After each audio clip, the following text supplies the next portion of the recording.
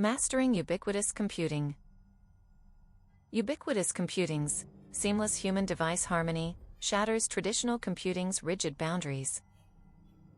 Why is ubiquitous computing, with its seamless and intuitive interaction between humans and devices, fundamentally distinct from traditional computing, which is typically characterized by a more rigid and isolated interaction between humans and machines? Ubiquitous computing's operational excellence is rooted in its ability to bridge the gap between humans and devices, creating a seamless and intuitive interaction that transcends the traditional computing paradigm. This distinction is fundamental, as it enables a more natural, calm, and pervasive computing experience. In traditional computing, humans interact with devices through explicit inputs, such as keyboard strokes, mouse clicks, or touch gestures. This interaction is often rigid, as users must adapt to the machine's interface and functionality.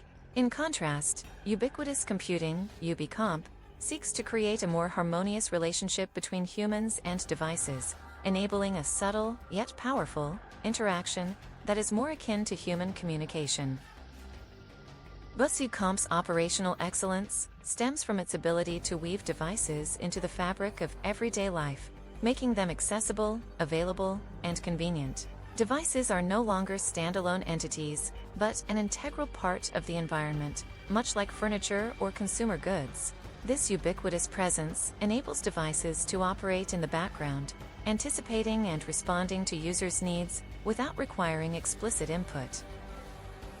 The seamless interaction in UbiComp is facilitated by various technologies, including sensors, actuators, and communication protocols. These technologies enable devices to perceive their environment, infer users' intentions, and adapt their behavior accordingly. For example, a smart home's thermostat can learn a user's temperature preferences and adjust the temperature proactively, eliminating the need for explicit input.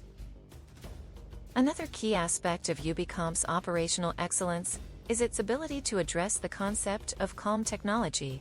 This concept, coined by Mark Weiser and John Seely Brown, refers to the ability of technology to recede into the background, leaving users free to focus on their tasks and activities without being distracted by the technology itself. In a calm technology environment, devices operate transparently, providing support and assistance without demanding constant attention. UbiComp's operational excellence is further enhanced by its ability to integrate multiple devices and systems, creating a cohesive and consistent user experience. This integration enables devices to share information and coordinate their behavior, allowing them to respond to users' needs in a more comprehensive and efficient manner.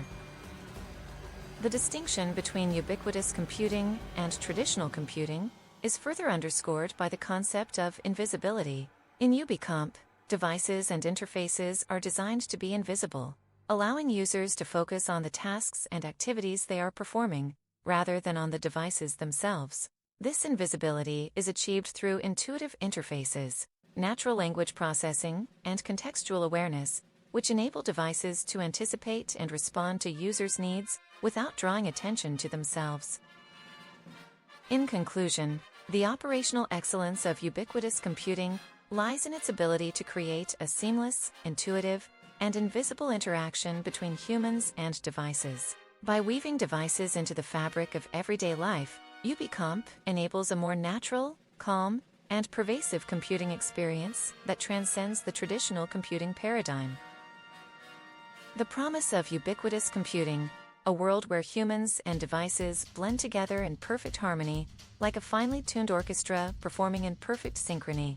As I delved into this fascinating topic, I couldn't help but reminisce about the early days of my consulting career, when I worked with a struggling manufacturing company on the brink of collapse. The factory floor was a flurry of activity, with machines beeping and whirring, while workers scurried about, trying to keep up with the breakneck pace.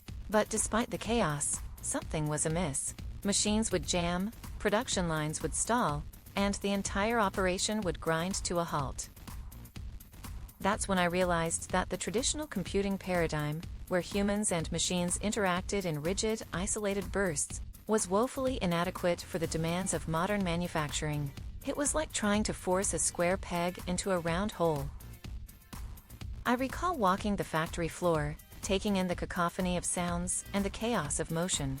I felt the urgency, the desperation, and the frustration of the workers as they struggled to keep up with the machinery.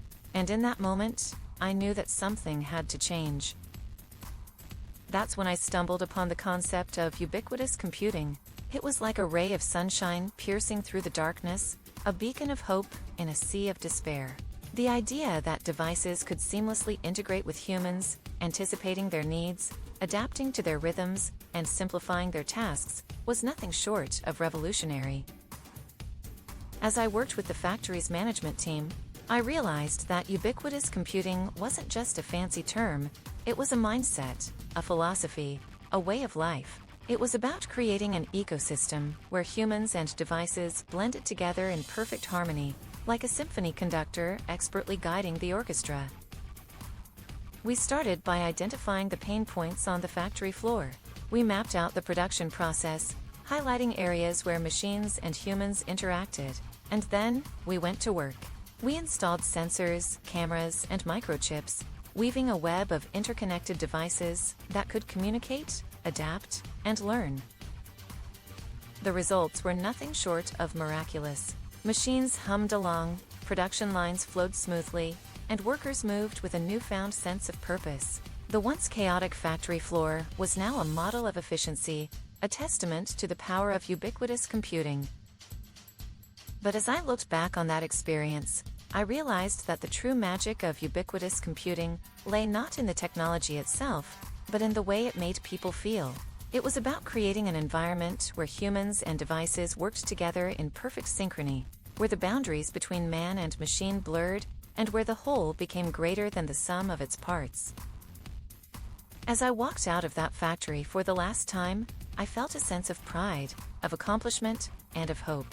I knew that ubiquitous computing wasn't just a technological advancement, it was a way of life, a way of working, and a way of being.